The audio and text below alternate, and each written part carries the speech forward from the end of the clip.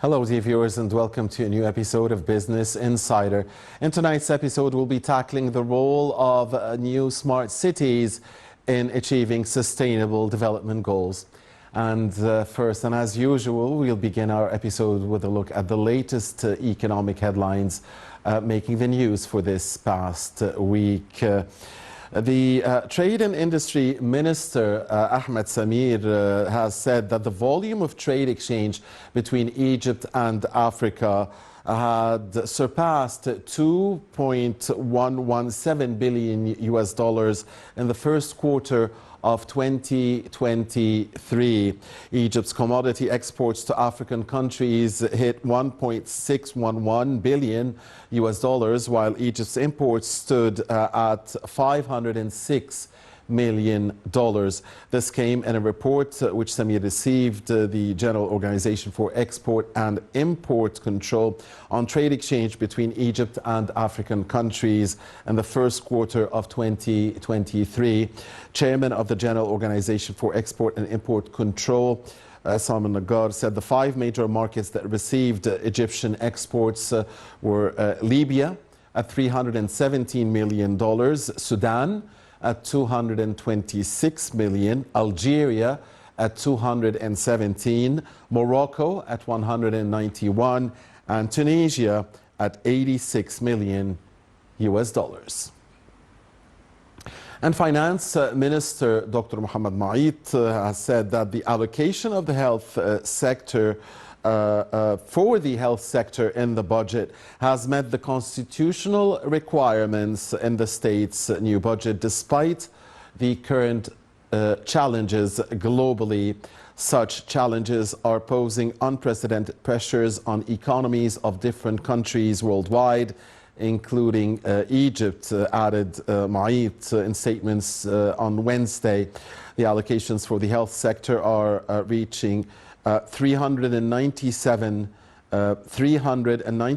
billion Egyptian pounds, with an increase of 92.5 billion Egyptian pounds, or 30.4%. Ma'it said the health sector tops the presidential priorities that focus on providing good health care services. The minister pointed out to increasing financial allocations to provide medications and medical supplies for citizens.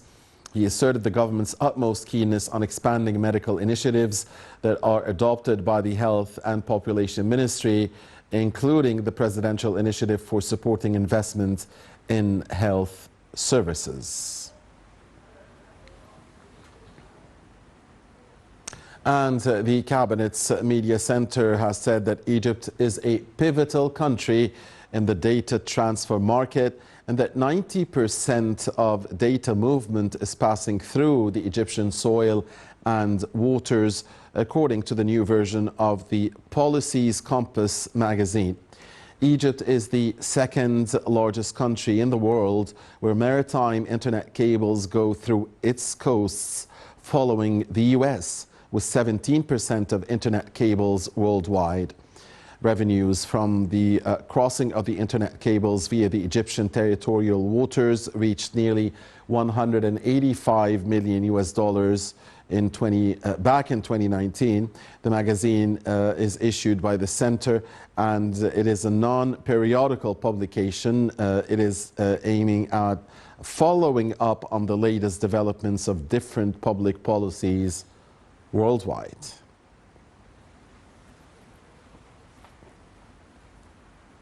Time now for a short break here on Business Insider. When we come back, we will be introducing you to our guests with us here in the studio.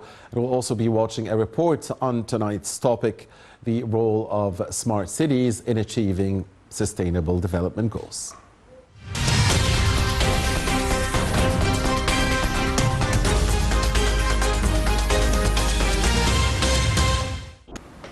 Welcome back, dear viewers. Thank you for staying with us. And with us now here in the studio is Dr. Khaled Yussef, the Vice Dean of the Faculty of Navigation Sciences and Space Technology at Bani Suef University. Thank you very much, Dr. Yussef, for joining us. Thank you so much. Thank you. It's my pleasure. And dear viewers, and Dr. Yussef, allow us to watch a report on our topic for tonight, the role of smart cities in achieving SDGs. Smart cities enable three important pillars for the country and community: smartness, safety, and sustainability. The level of emphasis on each of the pillars differs between countries depending on the needs and focus of the country. Most countries in Africa are prioritizing digital transformation, and smart city is one of the core focus areas in their plans. There are a few national and private initiatives for smart cities in Africa at multiple scales and levels. The new administrative capital city in Egypt represents a prime example for the establishment of the smart city model, along with the multiple other smart city initiatives underway in the country. Egypt is building a new administrative capital as a mega city to host more than 7 million inhabitants in the near future. The city will host a major governmental district where all the governmental entities will operate from the city in the future. The city is built according to the latest modern standards of smart cities, with state-of-the-art use cases providing a unique living experience to the citizens of the city. The city is built in the far eastern part of Cairo with multiple transportation channels to the Cairo city center and districts, including a new monorail line that links the city to the city center in Cairo. Besides the amazing developments in the new capital, Egypt is establishing a handful of other smart cities across the country. New El Alamein is a major expansion on the northwestern coast of Egypt on the shore of the Mediterranean. The city will host a couple of million inhabitants in the future with full governmental, educational, healthcare and transportation infrastructure. There are also many other new cities such as Al Galala city, New Mansoura, and major renovation in other cities in Upper Egypt. Egypt is also ensuring proper transportation across the country to provide proper access to the residents of the new cities. The Ministry of Transportation is currently building two monorail lines that connect the eastern part, including the new capital of Cairo, to the west. Egypt is building a high-speed rail line that will connect all the major cities in the country, including the new ones. The line will start from El Ain al-Sokhna, passing by the new capital to New El Alamein and Marsa Matruh. The private real estate sector in Egypt has also realized the importance of developing smart cities and started developing new residential districts offering the latest standards of smart cities. There are already multiple examples and showcases in the country, and some real estate developers have already announced the establishment of a 5G-based city.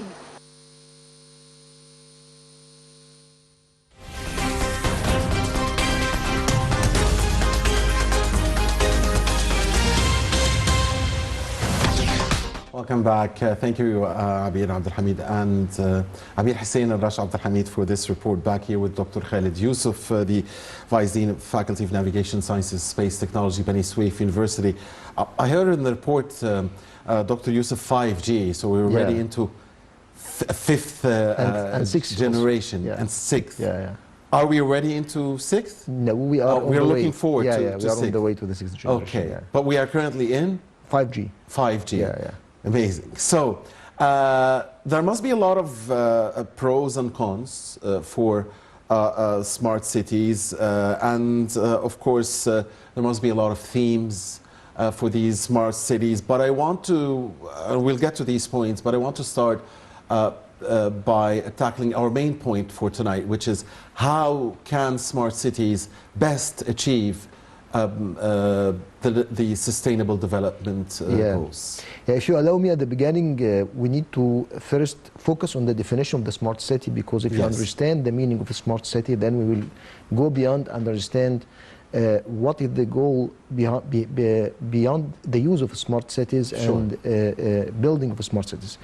Actually, we need to understand first the difference between smart and intelligent, because we have what we call a smart thing and we have intelligent thing.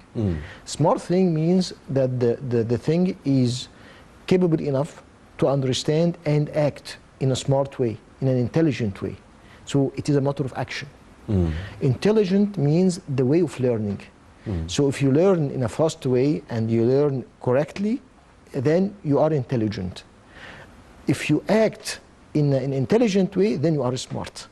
So smart cities means actions. And the action needs necessarily, before the action, good learning or well-established learning, which is the intelligence of the learning.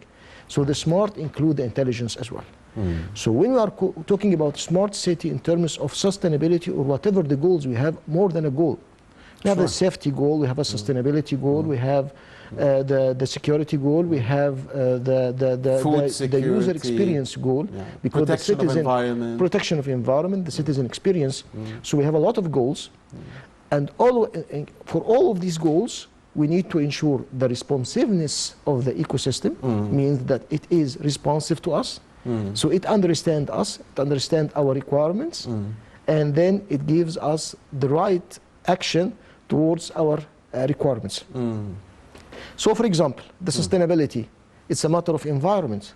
Yes. So when we talk about the sustainability, we talk about how convenient, how compliant is the city that we are targeting with the environment in terms of emissions, in terms of type of agriculture, in terms of type of landscape building, in terms of type of use of transportation. So how to make all of that efficient in response to the requirement of the citizens and with low impact on the environment. So this equation is handled by the smart city engine. So we make the city smart enough to understand the requirement and to understand the constraint on the environment, and then take the proper action toward the requirement considering the environment. So that's why it has a good impact on the sustainability. So we can measure the impact on the emission of the carbon dioxide. Is it impacted? Yes, it's impacted in terms of tons. So it is impacted. It is getting less and less because your process is becoming more efficient towards the one small example, we need to manage the delivery of our purchase. So we make online purchase, and we need to manage the delivery. We can manage the delivery using motorcycles and the guys, the messengers that is riding the motorcycles or cars or whatsoever. We can manage it using an electric drone. So who is more beneficiary and more efficient? The electric drone. It is more efficient in terms of time, in terms of response, in terms of getting achieving or addressing the right target it planned to achieve. Beautifully explained. So, but the way you put it, Dr. Yussef, is as if there are no cons. There must be some cons, because all I heard was very positive, really. So what about the cons side? Not a lot of disadvantage, but disadvantage, and one key disadvantage for the smart city is the educational side. So it makes, in some cases, the people a bit lazy to achieve their tasks, their actions. So you need the city to be more responsive with no impact on the humanity itself. So you need to keep the culture, as any technology you are using today. You need to make it, we need to achieve a technology that makes our life easier, but on the other side, we need to have a low impact on the sociality behind the technology. So as all of the technologies we are facing today, the mobile technology, the Facebook, the Twitter, all the technology we are using, it has a negative impact. What is the cons of the technology? The social life. Yeah. So you need the city to be smart, but we need to keep the culture. We need to keep the identity. We need to keep the social life. So keep it smart, but keep the social life. So what are the main themes, Dr. Yussef, of smart cities in today's world? Themes is, okay. We are talking about the themes of this, very good question regarding the themes, because the themes, the smart city, it doesn't have a specific shape or specific figure. When we see it, then we call it a smart city.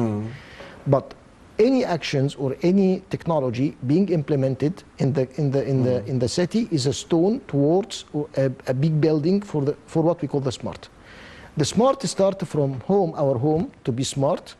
How could we address our home as a smart home? When we see that the home is responsive to us. When I get into my home, I find the door knows me, it is opened.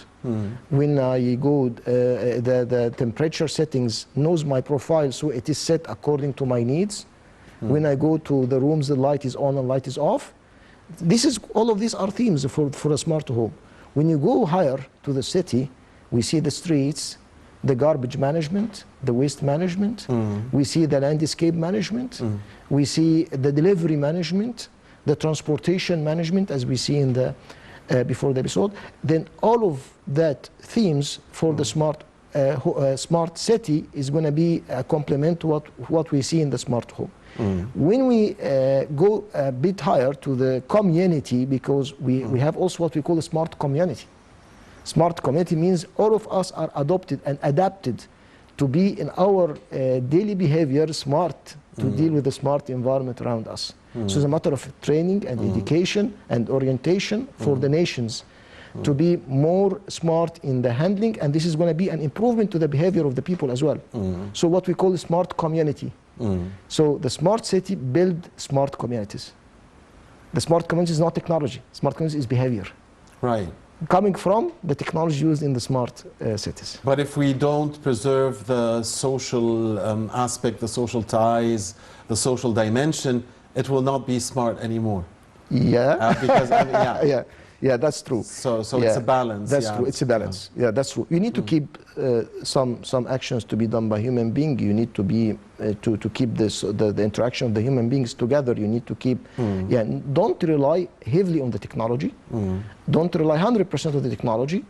Technology makes our life easier, but on the other side, it destroys a lot of social bonds in our life. So we need to be smart enough. That's what they call it, smart community. Smart enough to keep the balance between the smart requirements that we need from our environment, from our city and our homes, and on the other side to keep a good balance for our social life and dependability that we have. What are the other challenges, Dr. Yussef? The cost. This is one of the challenges. Cost. Because it is not. If you need to have a smart capabilities, then you need to invest. Spend a lot. Invest in the technology. So these investments is not that easy. So it's now becoming cheaper than before, but still it is an investment that was not considered before. So example, if you need to have a city, or the waste is managed automatically. Managed automatically means the garbage, when you have the boxes that collect the garbage, it gets full, then it sends a message to a truck, automatically comes and get it and put it out in the. So all of that type of communication, and this is a third point in the challenge also is the infrastructure. You need to ensure a good infrastructure.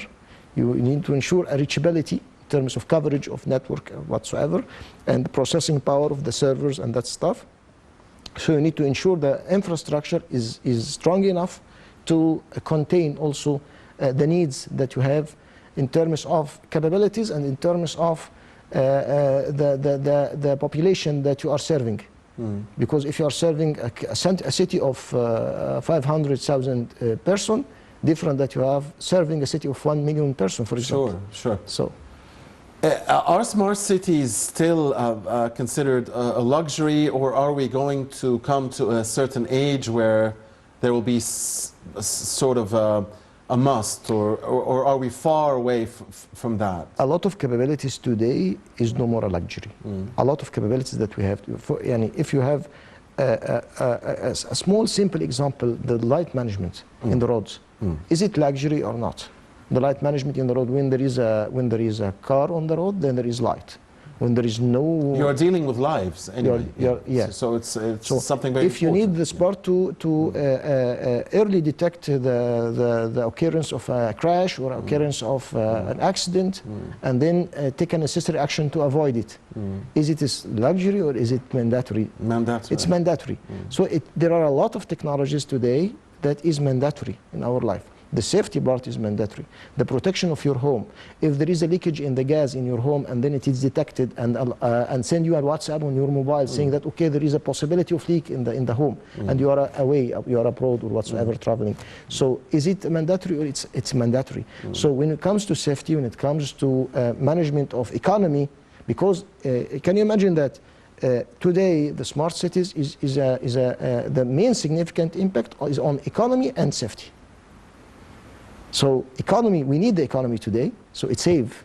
save money because it manage Smartly. in smart way, so it save money, makes it more efficient, and on the other side it is It safe. provides for safety, and Safety, for a yeah, lot of safety. technology and capabilities for safety. When we use the word smart or high tech, there is a question that always comes to mind, and it is about the jobs and the jobs lost. Yeah. So could you tell us, I mean, what is the forecast for the potential loss of jobs The point, due to yeah, this? yeah, you know my point of view on the part of the jobs, because we discussed it in several times.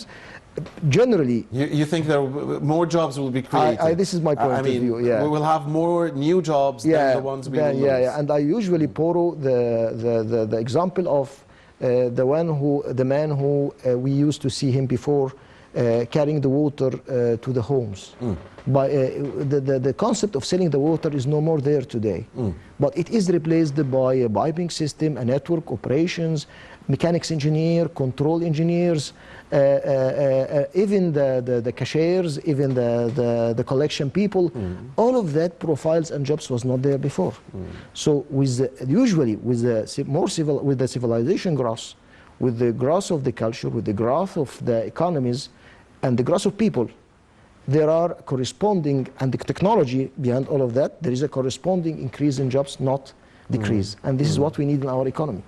Because if you go back 200, 300 years, the number of our population in the world is totally different that we have today. We have 7 billion person today versus how many 200, 300 years before. So you need to develop cultures, you need to develop economies to accommodate all of these changes. So I guess adaptation is the key word. But adaptation and but how? Yes.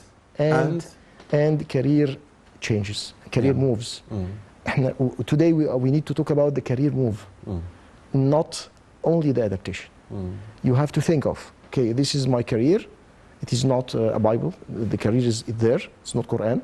The career it could be changed. So we have to change the career according to the needs and the requirements, and the aging is not a factor. You remember Darwin theory. Yeah. The man who cannot adapt, the same concept, he will die. The job that could not be adapted, it will not be there.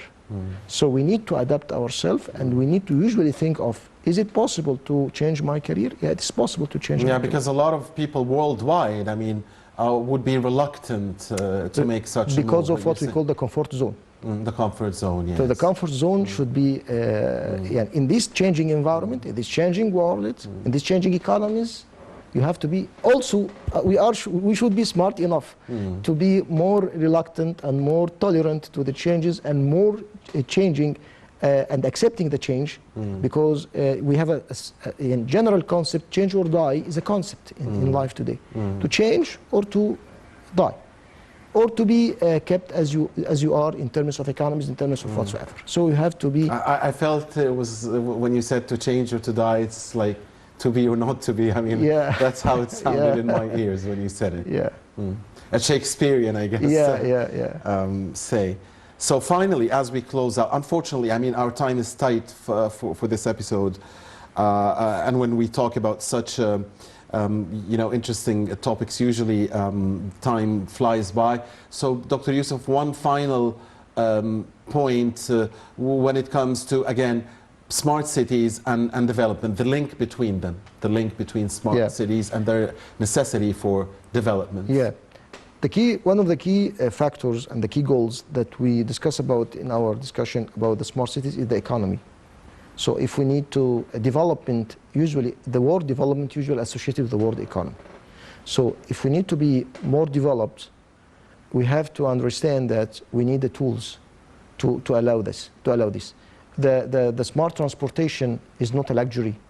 The space is not a luxury today. The smart city is not a luxury. All of those tools and technologies and capabilities is becoming today a pillars in the development path. But it will take time for the mindset to change, right? Yeah, because when you talk about, you remember when you talk about the space. Yeah. the space. Most of the people Yeah, think that the decades space ago, yeah, is yeah. they think that space is something luxurious. The space is economy. The space is agriculture. The space is water. Sure. So that's what we talk about. The development, the elements of development today is totally different than the elements of development that we used to have the last couple of decades. Yeah, and wait until we see 6G, not just 5G. Yeah. That's true. Dr. Khaled Yussef, Vice Dean of the Faculty of Navigation, Sciences and Space Technology, Beni Suef University. Always a pleasure to have you with us. Thank you so much. It's my pleasure. Thank you so much. Dr. Yussef. Appreciate it. Thank you, and thank you, dear viewers, for watching us. Next week, same time, inshallah, is a new episode. Until then, have all the best. Goodbye.